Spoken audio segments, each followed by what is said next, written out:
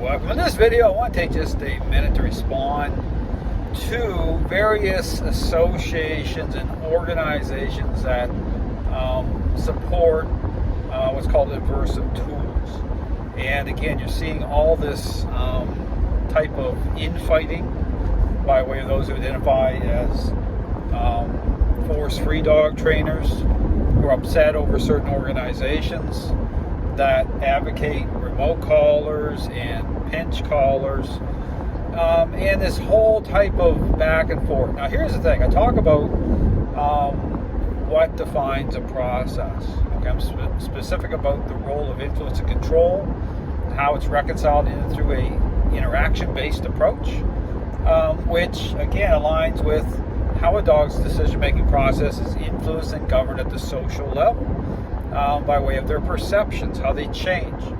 Now, getting this whole thing about certain associations and organizations, even these groups who identify as balanced, force-free, understand that the whole thing, okay, everything within the dog training world is contaminated by way of this idea that does not align with what I show is a process based on dealing with a relationship problem between dogs and owners.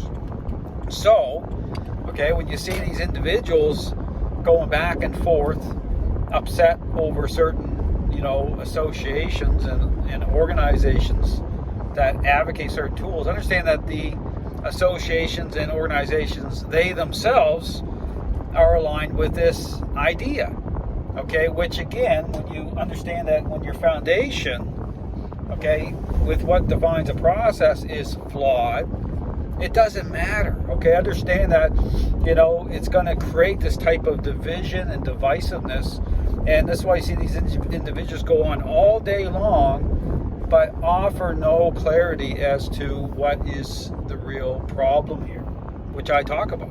Okay, the real problem is actually getting the process right at the beginning, which again is not happening in the dog training world. The dog training world has sold out to this inherently flawed idea that training is a learning-based exercise, okay, which does not reconcile what defines a process. It does not bring those core ingredients in, does not reconcile them. So when you have a conversation about aversive tools, okay, and certain devices, well, guess what? It's just going to create chaos. It's going to create all this division, all this confusion, all this pushback. Just look at the study put out by, Ivan Balanoff, a balanced dog trainer. Look at that. That didn't even line up. Talk about all these dogs yelping, okay, because the foundation wasn't right. I talk about that.